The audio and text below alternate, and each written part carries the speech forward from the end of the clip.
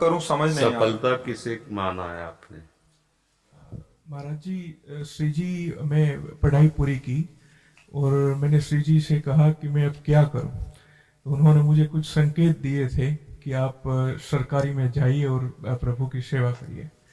फिर सफलता नहीं मिल रही उसमें एग्जाम में, और अब है आप हमारी बात समझिए, आपको श्री जी ने संकेत किया और आप सफलता नहीं प्राप्त कर, दोनों बातें झूठी है ना।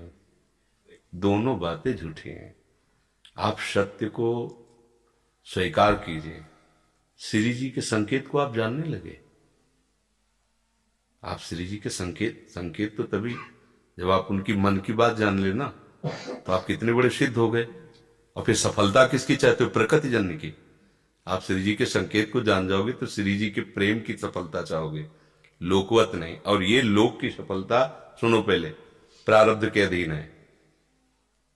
इसकी सफलता के लिए श्री जी से प्रार्थना मत करो। हमारी बात समझना। विद्यारण्य जी एक बहुत बड़े महापुरुष हुए हैं। उन्होंने अपने माता पिता को सुखी करने के लिए, धन प्राप्ति के लिए गायत्री अनुष्ठान किया। ब्राह्मण कुल में जन्म हुआ था। एक पुरस्चरण 24 लाख गायत्री होता है। उन्होंने एक पुरस्चरण किया, दो पुरस्चरण किया, एक बार भी कोई धन की प्राप्ति नहीं हुई। आखिरी में उन्होंने संन्यास लिया। जीव संन्यास लिया, माता गायत्री प्रकट हो गई। उनका अब इंद्रासन भी मांगो तो आपका, तो बोले अब क्या जरूरत है, अब तो बैरागी हो गया, विरक्त हो गया। माता पिता भी पधार गए, उनकी सेवा के लिए अर्थ चाहना। 23 पुरस्चरण किए, तो आप तब नहीं आई। तो उनका तुम्हारे अनंत जन्मों में ऐसे 24 महापाप थे जिनके कारण मैं नहीं आ पा रही थी। अब वो 23 पुराण से चरण से नष्ट हुए, पुरस्चरण से, और 24वां तुमने संन्यास लिया। तो अब आप जो चाहो पर, बोले अब चाहिए ही नहीं क्योंकि अब सन्यासी हो गया, अब तो ब्रह्म प्राप्ति के लिए। तो इससे आभास होता है कि अगर हमारा बुरा प्रारब्ध है तो हमको भोगना पड़ेगा। हम कितना भी प्रयास करें वो हमें, तो हम क्या करें इसमें जिससे हमें परम शांति हो? प्रभु के नाम का जप करते हुए उन पर दृष्टि लगाएं कि प्रारब्ध से हमारा भरण पोषण शरीर का भले, ये हमारा भरण पोषण आपसे होगा नाथ। तो वो एक ऐसे हैं जो आपके प्रारब्ध को भी मिटा देंगे। वो ऐसे शरणागत वत्सल हैं कि सब लिखा पढ़ी अलग कर देंगे। सुदामा जी को दरिद्रता का योग था। ऐसी दरिद्रता, कई कई दिन तक भिक्षा नहीं मिलती थी। ये जितने भी चरित्र हमारे लिए उदाहरण है। मांगने जाते थे तो मांगने से भी नहीं मिलता था, कई कई दिन। तो एक दिन उनकी पत्नी ने कहा कि हमारा आपका तो चरणामृत से भी गुजारा 2 दिन 3 दिन हो, 4 दिन हो, छोटे छोटे बच्चे तो मर जाएंगे ऐसे। कुछ तो उनका श्री कृष्ण के सिवा हमारा कोई नहीं। अब हम क्या कर सकते हैं? प्रारब्ध जब बिगड़ता है ना, वो कोई सफलता नहीं होने देता। तो एक दिन श्री रुक्मिणी जी प्रसाद ठाकुर जी को भोग पा रही थी, वो ऐसे रोक दिया, उदास हो गए। तो उनका प्रभु ऐसी स्थिति हमने जब जब आपकी देखी, तो किसी भक्त को जब कष्ट होता है तब आपको ऐसे देखा है। कौन सा भक्त है और क्या कष्ट है? तो का एक सुदामा नाम के हमारे मित्र हैं, कई दिन से भोजन भी उनको, प्रभु आपके मित्र और मैं आपकी दासी, महालक्ष्मी का अवतार रूप में, आप हुक्म कीजिए, लोक लोक की संपत्ति वहां। बोले उसको चाह नहीं है, हमारे मित्र को चाह नहीं है, और चाह ना होने पर हम विवश हैं। अगर वो चाह कर ले तो सारी व्यवस्था हो जाए।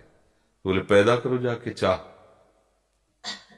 बोले उनके हृदय में तो नहीं पैदा कर सकते, हम भी, क्योंकि जिस हृदय में भगवान का आश्रय और निरंतर चिंतन है वहां माया की चाह नहीं होती। बोले उनकी पत्नी के हृदय में, बोले प्रयास करते हैं जाके।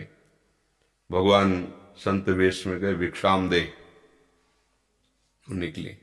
अतिथि का सत्कार करना गृहस्थ का धर्म होता है। हाथ जोड़ा और कहा हम असमर्थ हैं, आपको भिक्षा नहीं दे सकते। क्यों?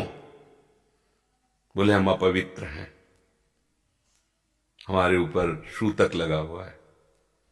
किस बात का सूतक? हमने एक पुत्र जन्मा है। तो ठीक है, हम 10-12 दिन बाद आ जाएंगे। बोले नहीं, आजीवन अपवित्र रहेंगे। वैसा कौन सा? बोले दरिद्रता रूपी। विद्वान की पत्नी है तो ऐसे उनका दरिद्रता रूपी पुत्र का जन्म, अर्थात सीधे कि मैं नहीं दे सकती या देने योग्य नहीं, ऐसा न कहीं कहा, मैं अपवित्र हूं।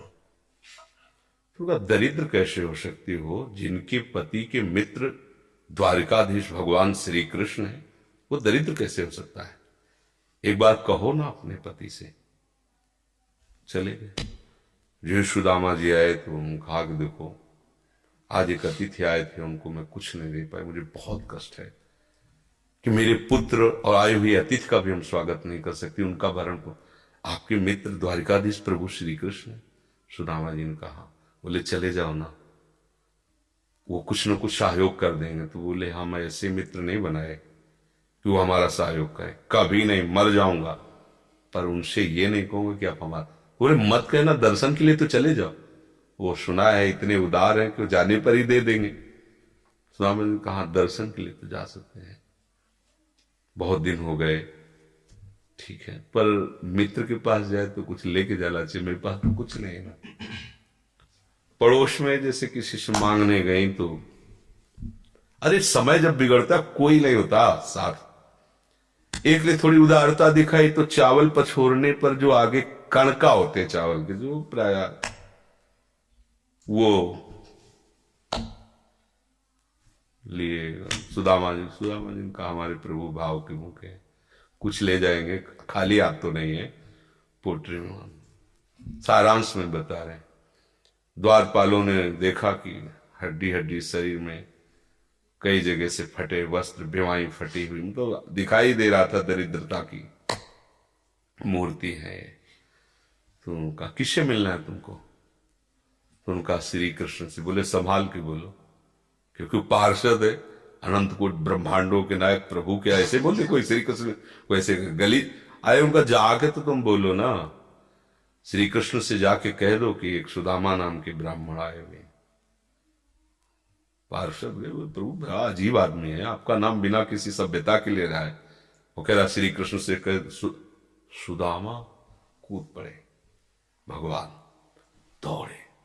वो पार्षद वो सब की ब्रह्मा जी शंकर जी आते हैं तो वहां खड़े रहते हैं घंटों, भगवान ऐसे भागे जाके।